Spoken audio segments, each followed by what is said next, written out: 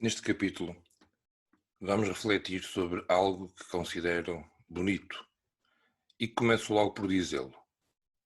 O dado mais maravilhoso da fé cristã é o facto de Deus, transcendente e omnipotente, ter querido dar-se a conhecer à humanidade, aos homens e mulheres de todos os tempos. O que vamos refletir neste capítulo, neste ponto do nosso programa, é precisamente o modo e a razão pela qual Deus, transcendente e omnipotente, ou seja, totalmente outro, se ter querido dar a conhecer à humanidade. E se calhar foi até mais do que conhecer. Porquê? Porque o Deus de Jesus Cristo é um Deus pessoal, que fala aos seus humanos, comunica-se com eles, revela-se a si mesmo. Ou seja, este Deus que se dá a conhecer, não que diz algumas coisas de si à humanidade apenas, mas que se dá a si mesmo à humanidade. E a Dei Verbum, portanto, a Constituição Dogmática do Concílio Ecumênico Vaticano II sobre a revelação divina, diz isso de uma forma muito bela. Aprova Deus, na sua bondade e sabedoria, revelar-se a si mesmo e dar a conhecer o mistério da sua vontade. Aprova Deus, na sua bondade e sabedoria, revelar-se a si mesmo e dar a conhecer o mistério da sua vontade, segundo a qual os seres humanos, por meio de Cristo, Verbo encarnado, têm acesso ao Pai no Espírito Santo e se tornam, olhem que bem, e se tornam participantes da natureza divina. E aqui está o objetivo da revelação. Fazer com que os homens e mulheres que aceitam viver em relação com a Trindade através de Jesus Cristo, daí por Cristo tem-se acesso ao Pai no Espírito Santo, tornar-se participantes da natureza divina. Não é apenas saber umas coisas, não é apenas conhecer a vontade, não é apenas saber como é que se deve viver de acordo com a vontade de Deus, mas é isto tudo e, acima de tudo, tornar-se participante da natureza divina. E aqui está uma ideia que eu gostava que ficasse clara. Quando se vive de acordo com o projeto de Deus transmitido em Jesus Cristo, a pessoa diviniza a sua natureza. Deixamos que Deus transforme e planifique a natureza humana. Como meta, podemos ter aquele pensamento do apóstolo Paulo: já não sou eu que vivo, é Cristo que vive em mim. Aqui temos a imagem de um homem totalmente transformado por Jesus Cristo. É por isso então que vemos esta citação também muito bonita. Deus invisível, na riqueza do seu amor, fala aos homens como amigos e convive com eles. Ou seja, Deus, invisível, a partir da riqueza do seu amor, fala aos seres humanos não como outra coisa que não seja como amigos e convive com eles. Para quê? Para os convidar e admitir à comunhão com ele. Então já vemos o que é a revelação e como é que ela acontece. A revelação é Deus que, a partir da sua bondade e da sua sabedoria, por amor, dá-se a conhecer aos seres humanos e permite que, por Cristo, no Espírito, tenhamos acesso ao Pai. E isto faz com que a pessoa humana se torne participante da natureza divina. E como é que isto acontece? É que Deus, na riqueza do seu amor, fala aos homens como amigos. O convite e o modo para viver a natureza divina é feito por Deus a cada um de nós a partir do diálogo, a partir da relação com o ser humano e convivendo com eles, convidando-nos a admitir a comunhão com ele. Ou seja, esta relação com Deus, esta relação com os humanos é feita sobre a pauta, sobre o modelo da amizade. Claro está que a revelação que aconteceu no Antigo Testamento e no Novo Testamento continua a acontecer hoje.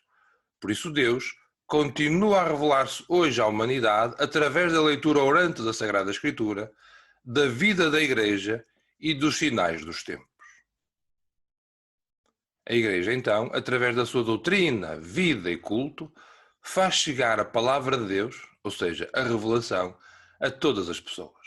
Aquilo que aconteceu no Antigo e no Novo Testamento continua a acontecer hoje na vida da Igreja. Como?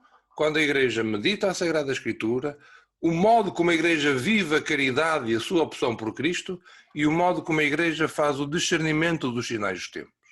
É por isso que a mesma Igreja, através da sua doutrina, vida e culto, faz chegar a palavra de Deus, ou seja, a revelação, aquele convite amoroso a todas as pessoas. Palavra de Deus e revelação. Claro que convém ter presente que a revelação se entende sobretudo como um diálogo. Se o Deus dá a conhecer como um amigo ao seu amigo, então a revelação é essencialmente um diálogo entre Deus e a humanidade, cujo ponto mais alto é Jesus Cristo. Por isso, pela revelação, não só se conhecem verdades acerca de Deus, como, sobretudo, se conhece intimamente o próprio Deus, entra-se em comunhão com Ele. Por isso, a revelação, mais do que transmitir umas verdades, mais do que dizer uns comportamentos, é um convite à relação íntima e pessoal com o Senhor Jesus. Claro está que nem sempre a revelação foi entendida como este diálogo interpessoal.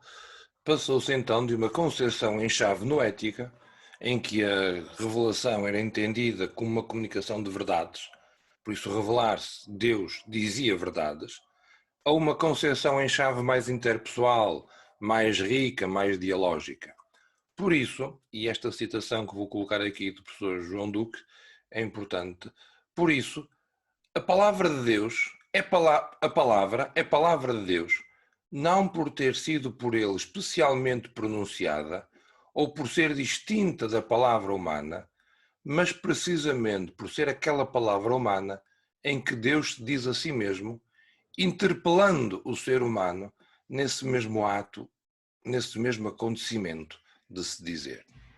Deus, então, não é exterior à própria linguagem em que se revela, acontecendo na sua vinda ao mundo e ao ser humano, precisamente no acontecimento da linguagem que o articula. De outra forma, a revelação não foi um ditado que Deus fez aos profetas e aos apóstolos. É antes, do texto bíblico, é antes a narração por palavras humanas do modo, do estilo, do ato de Deus se dar a conhecer ao ser humano.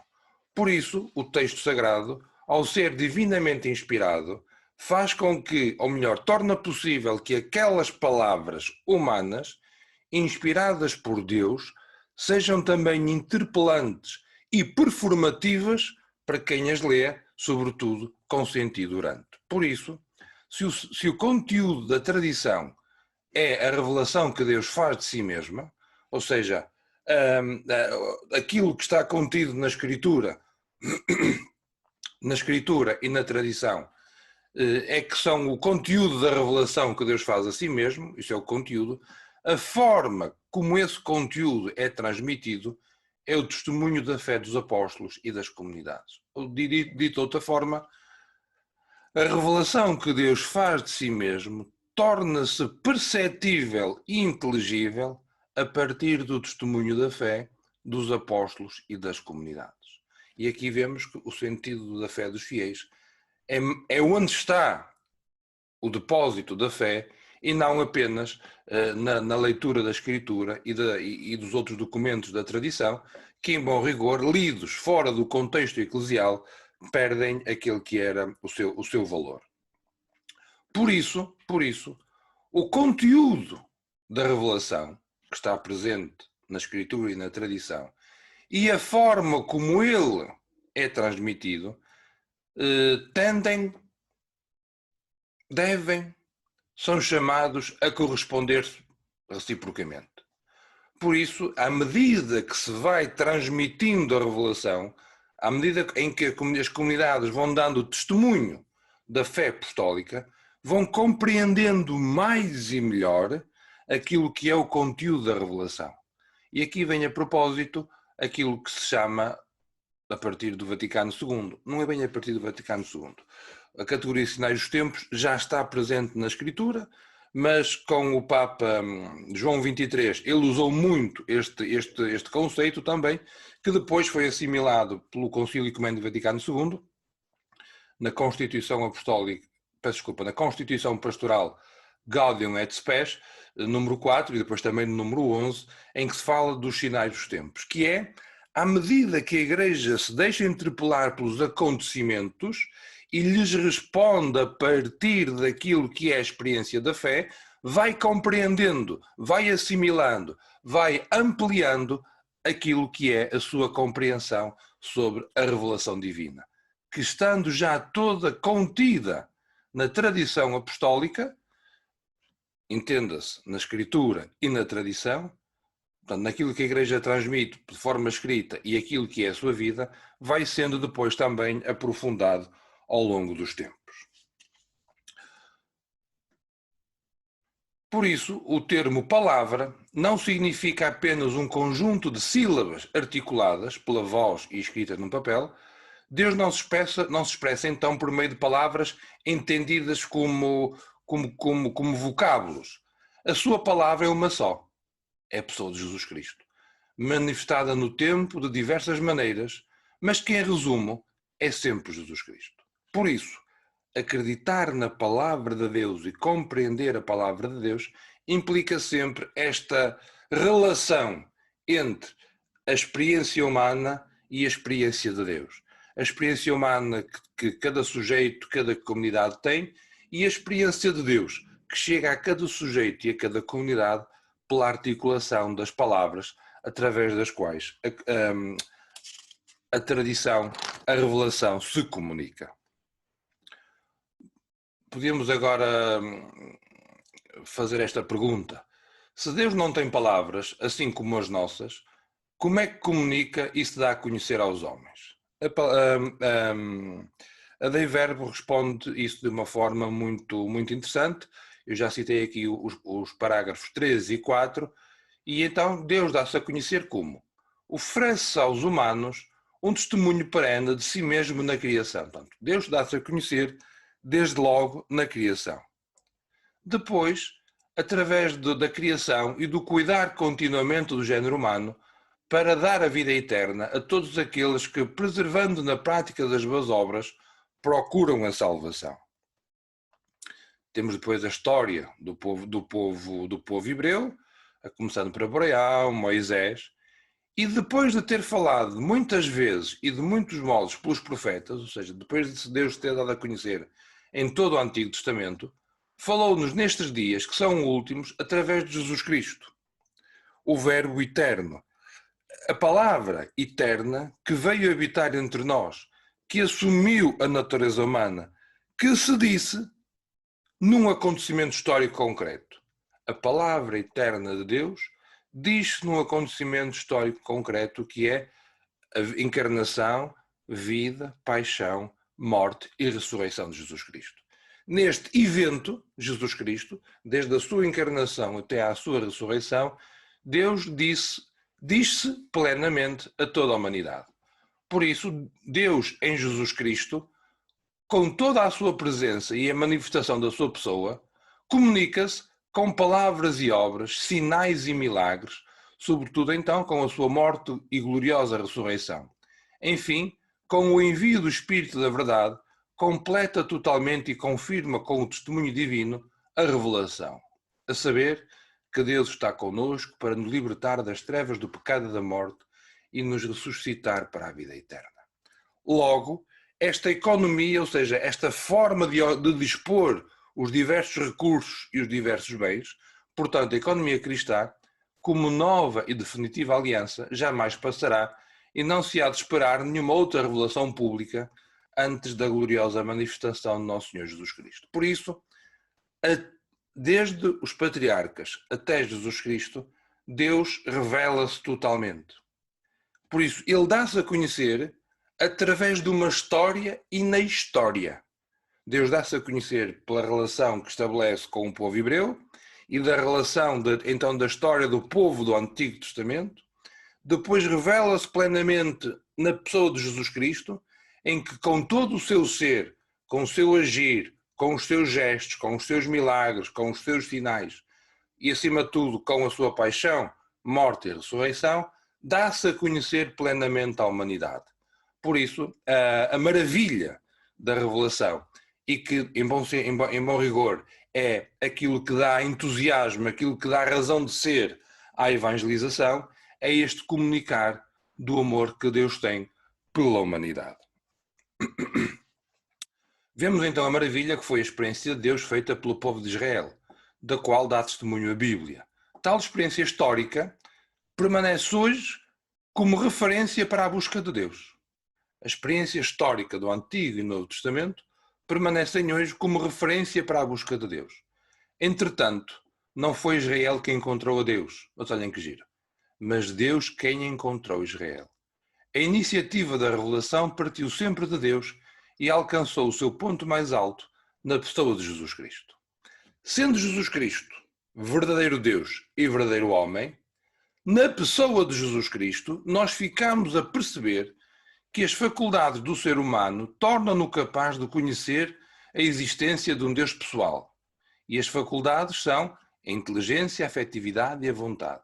Mas, para que o homem possa entrar na sua intimidade, Deus quis revelar-se ao ser humano e dar-lhe a graça de poder receber com fé esta revelação. Todavia, as provas da existência de Deus podem dispor para a fé e ajudar a perceber que a fé não se opõe à razão humana. Dito de uma forma mais simples, o ser humano é capaz de Deus. É capaz de fazer esta experiência de Deus pessoal, deixando que as faculdades do ser humano se transformem por Deus.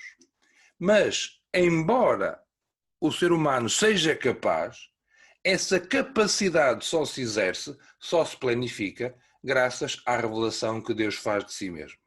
E é por isso que, pensando sobre a existência de Deus, nós percebemos que, embora racionalmente não cheguemos totalmente à sua existência, vitalmente percebemos, racionalmente percebemos, que a existência de Deus não é contrária à razão, não é contrária ao entendimento. Por isso, Deus, e aqui queria terminar, em Jesus Cristo, mostra como é que Ele se dá a conhecer. E então dá-se a conhecer por palavras e por gestos intimamente unidos. Dar a conhecer Jesus Cristo é mostrar os seus gestos e ajudar a compreender os seus gestos, que hoje são continuados pela comunidade crente, ajudá-los a perceber a partir do texto da revelação que interpreta, que dá sentido à vida e ao testemunho comunitário. Vemos então que a revelação é entendida como um ato de comunicação. E a comunicação em todos os níveis é a categoria fundamental da revelação cristã, ou seja, em si mesma a revelação é um ato de comunicação. No primeiro nível, é um ato de comunicação produzido no seio da Santíssima Trindade, a comunicação dentro de Deus. As três pessoas divinas são, de modo igual e mútuo, emissoras e receptoras de conhecimento e de amor. E é deste Deus que é amor e que se comunica entre si que nasce o segundo nível da comunicação para fora da Santíssima Trindade aos seres humanos. Este passo acontece porque Deus é amor. E o amor em si é essencialmente comunicação e tende à comunhão. Por isso, porque Deus é amor, comunica para fora de si com o objetivo de convidar à comunhão. Neste ato de comunicar, o ponto mais alto é Jesus Cristo. O terceiro nível de comunicação, que é aquele em bom rigor que nós de alguma forma hoje temos mais próximo, é a comunicação eclesial da revelação. Mediante toda a vida da Igreja, doutrina, vida e culto, ela dá a conhecer, ela comunica este mistério de amor que Deus é. Esta comunicação tem a sua origem em Deus e tem a sua mediação na comunidade eclesial. E por isso a relação entre Deus e a humanidade através da Igreja acontece por analogia com o Verbo encarnado. Assim como Jesus Cristo é o verdadeiro Deus e o verdadeiro homem, na Igreja, não de modo igual, mas de modo análogo, existe a dimensão humana e a dimensão divina no ato de comunicar. Por isso a comunicação do amor de Deus acaba por ser a própria identidade da Igreja, a sua razão de ser. Jesus, ponto 2.3, é então o comunicador pleno do Pai. Dá a conhecer plenamente a verdade de Deus Pai. E a verdade de Deus Pai, a verdade de Deus é que Deus comunica por amor para nos convidar à relação com Ele. Pelo que, quando falamos em comunicação, não estamos a falar de algo que aconteceu uma vez e que fechou. Não, comunicação é um ato contínuo. Pelo que o conteúdo da revelação foi totalmente entregue por Cristo e com ele está concluída toda a revelação salvífica. Não obstante, por amor de Deus, vejam isto, não obstante, ainda que a revelação esteja acabada, não está completamente explicitada. Deus já disse tudo, mas os seres humanos ainda não explicitaram completamente, ainda não compreenderam completamente aquilo que Deus diz de si. Por isso, os apóstolos não puderam explicitar todo o conteúdo da revelação. Esta tarefa corresponde agora à Igreja. Daí que o conteúdo da revelação seja captado pelas pessoas de cada época conforme o seu horizonte de compreensão e o esforço evangelizador da Igreja. Assim se mantém vivo o dinamismo da revelação. Conhecer hoje a revelação não consiste em simples fidelidade ao passado. É também e sobretudo abertura ao futuro, atualizando a mensagem cristã. Por isso o discernimento dos sinais dos tempos é muito importante, mas a Igreja, como mediadora da revelação, tem algo a ensinar-nos. Vamos agora ver no ponto 2.4 a Igreja que é mediadora da revelação. Ela é mediadora da revelação comparada por analogia ao Verbo encarnado. Assim como em Jesus Cristo há natureza humana e natureza divina sem confusão nem distinção, na Igreja, não de modo igual, mas análogo, há também a dimensão humana e a dimensão, há também a natureza humana e a natureza divina. Mas diz então o número 8 da Constituição Dogmática sobre a Igreja do Concílio Ecuménico Vaticano II, a Lumen Gentium. Diz ela: Cristo, mediador único, estabelece e continuamente sustenta sobre a terra, como um todo visível, a Santa Igreja, comunidade de fé, esperança e amor, por meio da qual difunde em todos a verdade e a graça. A Igreja como comunidade de fé, esperança e amor. Se calhar podíamos dizer de forma distinta, de forma igual, mas com outra palavra, fé, esperança e caridade. A Igreja mostra a fé do Deus que a habita através da vivência da fé, da esperança e da caridade. Porém,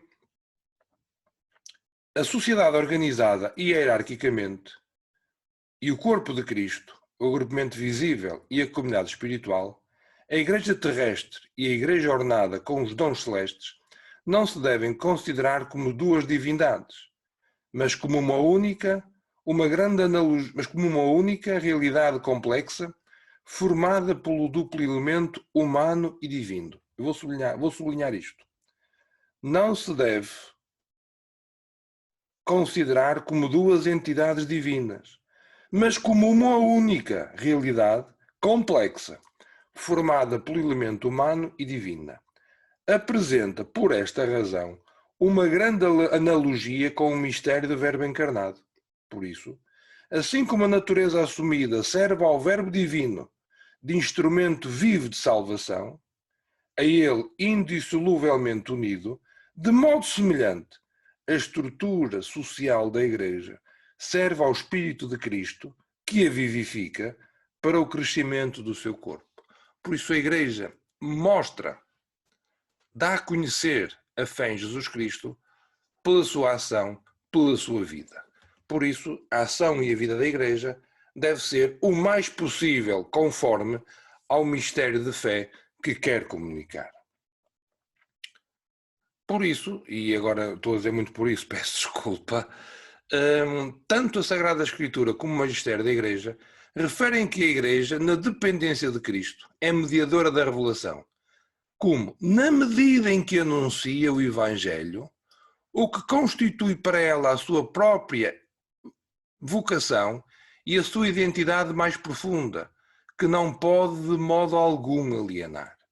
A Igreja, ou à Igreja, cabe a missão de anunciar a boa nova da salvação transmitida por Cristo. Peço-vos depois que leiam demoradamente estes dois números, quer da Evangelii Gaudium, quer da Evangelii Nuntiandi, e vamos ver as implicações que isso tem na ação pastoral. Mas para as implicações pastorais eu agora queria sublinhar apenas duas. Uma, que é o princípio de interação entre fé e vida, e o outro, que é a inculturação. A outra implicação, que é a inculturação. Se a relação entre aquilo que foi dito por Deus através da revelação e aquilo que é compreendido por cada um de nós implica uma interpretação, implica uma vivência, implica o exercício da fé, não pode haver evangelização sem interagir, sem pôr em relação a fé e a vida concreta das pessoas. A fé e a vida concreta das pessoas. Por isso, a revelação, que já acontecida no passado, ilumina o hoje da história. Ao mesmo tempo, expressa-se e formula-se a fé usando elementos da experiência humana. Esta forma de articular fé e vida faz com que a fé de todos os tempos seja atualizada, vivida e expressa com linguagem contemporânea, digamos assim. Este processo consiste na relação mútua e eficaz entre dois elementos, fé e vida. Por um lado, a fé influencia a vida, iluminando-lhe e dando sentido. Por outro lado, a vida abre-se à transcendência da fé. Por um lado, a fé propõe a mensagem de Deus e convida a uma comunhão com Ele que ultrapassa a busca e as expectativas meramente humanas e imanentistas. Por outro lado, a experiência humana é questionada e estimulada a abrir-se num horizonte mais amplo. Seria errado tomar cada um destes elementos isoladamente, ou a revelação ou a vida. Pelo contrário, o melhor a fazer é manter sempre a perspectiva de mútua reciprocidade em contínua interação. A vida cristã normal, mas não é do que isso mesmo. Quando bem conseguido, o princípio de interação entre fé e vida faz com que a proposta pastoral deixe de ser um discurso e palavras sem sentido, desencarnadas, para se transformar em mensagem, verdadeira palavra de Deus, que incide na vida de cada indivíduo para o levar à verdadeira conversão e adesão ao Espírito em Igreja. Surge então aqui a questão do que é cultura, o que é enculturação. O princípio de interação entre fé e vida leva a que se escute, veja e partilhe a vida cristã. Por isso, a ação evangelizadora tem sempre em consideração a cultura do seu tempo. A cultura como maneira de um povo se compreender, se entender e se expressar. E quando a interação entre fé e vida toca a cultura, quando esta relação fecunda acontece, a cultura ganha uma dimensão mais plena, ganha uma dimensão mais humana. É uma cultura mais nobre, digamos assim. Por isso, a evangelização tende sempre à enculturação. Parte da cultura e gera cultura. Mas não se deve falar numa cultura cristã por oposição a outra cultura geográfica ou ambiental. Cultura cristã por oposição à cultura portuguesa. Cultura cristã por oposição à cultura juvenil. Não. A cultura cristã, a cultura portuguesa, a cultura juvenil, mantém-se cultura portuguesa e cultura juvenil, apesar da sua relação com o Evangelho. Porque o Evangelho o que faz é planificar essa cultura.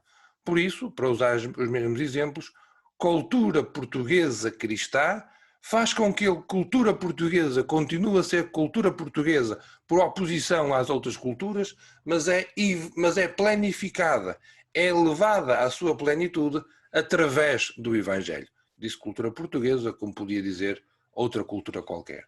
Por isso, em bom rigor, a cultura cristã existe, subsiste, planifica todas as outras culturas. E não há cultura cristã sem uma cultura prévia que exista anteriormente. Se o primeiro desafio é o princípio interação entre fé e vida, percebemos então que o segundo desafio que estamos a falar é o desafio da inculturação. Levar o Evangelho a gerar cultura e a planificar cultura.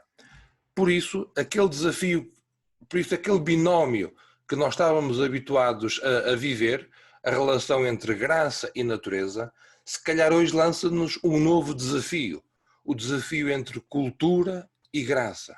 Assim como a natureza é planificada pela graça de Deus, também as culturas, cada uma das culturas, é planificada pela graça de Deus. Há uma imagem que o Papa, na altura não era o Papa, que o Cardeal Ratzinger mostra numa conferência que fez aos bispos asiáticos, que é o cultivo de sicômoros. O sicômoro é um fruto, que nós ouvimos falar dele no Antigo Testamento, que para maturar, para chegar à sua plenitude, tem que o cultivador de sicômoros lhe fazer um pequeno golpe. O cultivador vai junto de cada fruto, faz-lhe um pequeno golpe, através do qual sai a seiva. E na medida em que o fruto é esvaziado dessa seiva que o reveste, ele pode maturar a ponto de ficar doce e de ficar muito bom. Se ele não sofrer esse corte, não consegue maturar a ponto de ficar muito doce e muito bom. Por isso o Evangelho tem esta função nas culturas, feri-la neste sentido, cortar-lhe para que saia da cultura aquilo que não a deixa chegar à sua plenitude. E a sua plenitude é-nos dita e é-nos mostrada pelo amor que Deus tem à humanidade.